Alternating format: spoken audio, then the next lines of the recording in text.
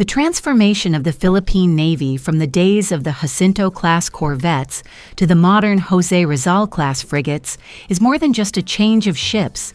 It is a change of mindset, strategy, and ambition.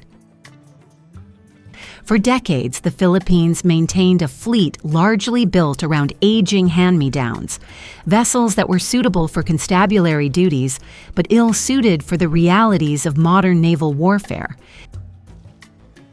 The introduction of the Jose Rizal-class, built by Hyundai Heavy Industries in South Korea, represents a profound step forward for a Navy that has long struggled with underinvestment and limited capabilities. This transition also offers important lessons about where the Philippines stands today and where it aims to be by 2030. If you are interested in following this full journey, from outdated corvettes to modern frigates and beyond, stay with this series as we trace the Philippine Navy's path toward its 2030 vision. The Jacinto-class ships symbolize a different era. Originally built in the 1980s for the Royal Navy of the United Kingdom as Peacock-class patrol vessels, 3 of them were transferred to the Philippines in the late 1990s. Renamed BRP Emilio Jacinto, BRP Apolinario Mabini, and BRP Artemio Ricarte, they served as the primary surface combatants of the Philippine Navy for nearly 2 decades. But their capabilities were extremely limited. Their main gun was a 76mm Odo Malera, supplemented by light weapons, with almost no capacity for modern anti-air or anti-ship missiles. Their sensors and radar systems, while adequate for peacetime patrols and constabulary missions, were increasingly obsolete in a region where neighbors were rapidly upgrading their fleets. In truth, these ships could not stand in combat against the advanced frigates and destroyers of China, nor could they match the modernized ships of Malaysia, Vietnam, or Indonesia. They were a stopgap force, sufficient to deter pirates and smugglers, but utterly inadequate against great power competition in the South China Sea. The comparison is stark. While Malaysia was deploying the Lekyu-class frigates armed with surface-to-air missiles and capable radars, and Vietnam was acquiring Gepard 3.9 frigates from Russia with modern missile systems, the Philippines was left operating ships with little more than guns and outdated electronics. This placed the Philippine Navy in a position of clear inferiority, especially as Chinese naval and Coast Guard power surged in the 2010s. Without credible combatants, the Philippines relied heavily on the United States for security guarantees and deterrence. But even Washington expected Manila to invest more seriously in its own defense. This set the stage for a long overdue modernization. The turning point came in 2016 when the Philippine government signed a contract with Hyundai Heavy Industries for 2 brand new frigates, valued at approximately $311 million USD. These ships would become the Jose Rizal-class frigates, named after the national hero. Delivered in 2020 and 2021, they marked the first time in decades that the Philippine Navy received truly modern surface combatants built to contemporary standards. Each ship is equipped with a 76mm main gun, close-in weapon systems, torpedoes, and the SSM 700K Sea Star anti-ship missile. More importantly, they carry modern radars, a combat management system, and sonar providing a balanced multi-role capability.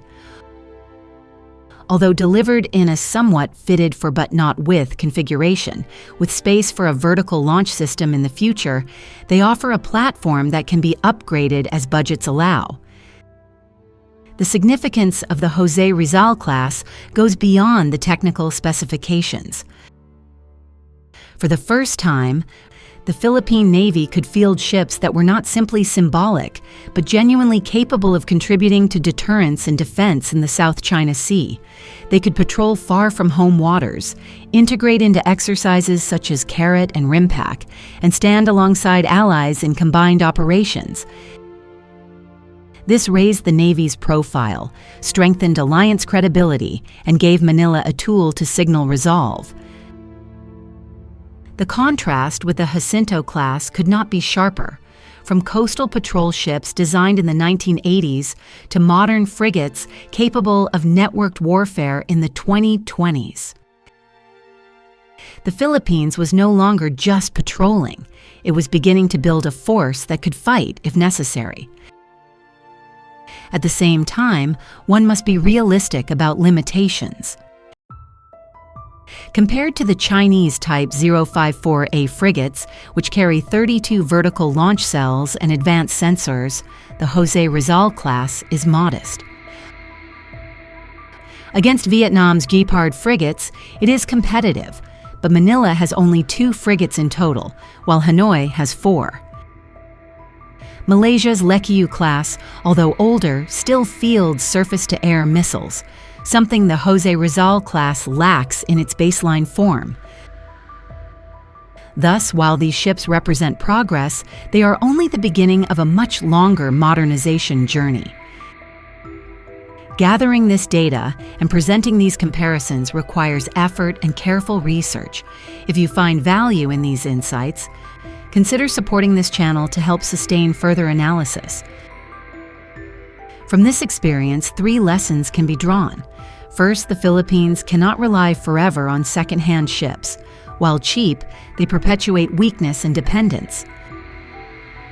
Second, partnerships with industrial players like Hyundai Heavy Industries provide not only ships but also a transfer of knowledge and credibility. Third, modernization must be sustained and continuous. A fleet of 2 frigates is a milestone, but not a solution. The decision to pursue a batch 2 of frigates and to look ahead toward submarines and missile systems reflects this recognition. Today, the Jose Rizal-class serves as the backbone of the Philippine Navy, but it is a small backbone indeed. With only 2 hulls, the fleet remains thin and vulnerable to attrition. To realize its 2030 vision, the Philippines must expand further, ordering more frigates, adding offshore patrol vessels, investing in amphibious ships, and eventually deploying submarines.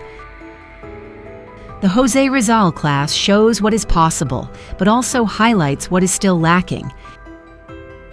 It is a bridge between the past and the future, from Jacinto-class patrol corvettes that could barely project power, to a Navy that aspires to deter and defend in a contested maritime environment. The broader message is clear. The shift from Jacinto-class to Jose Rizal-class is not just about ships. It is about a change in doctrine and ambition. The Philippine Navy is no longer content to be a coastal constabulary force. It seeks to be a regional navy capable of credible deterrence. This transformation will not happen overnight, but it has begun.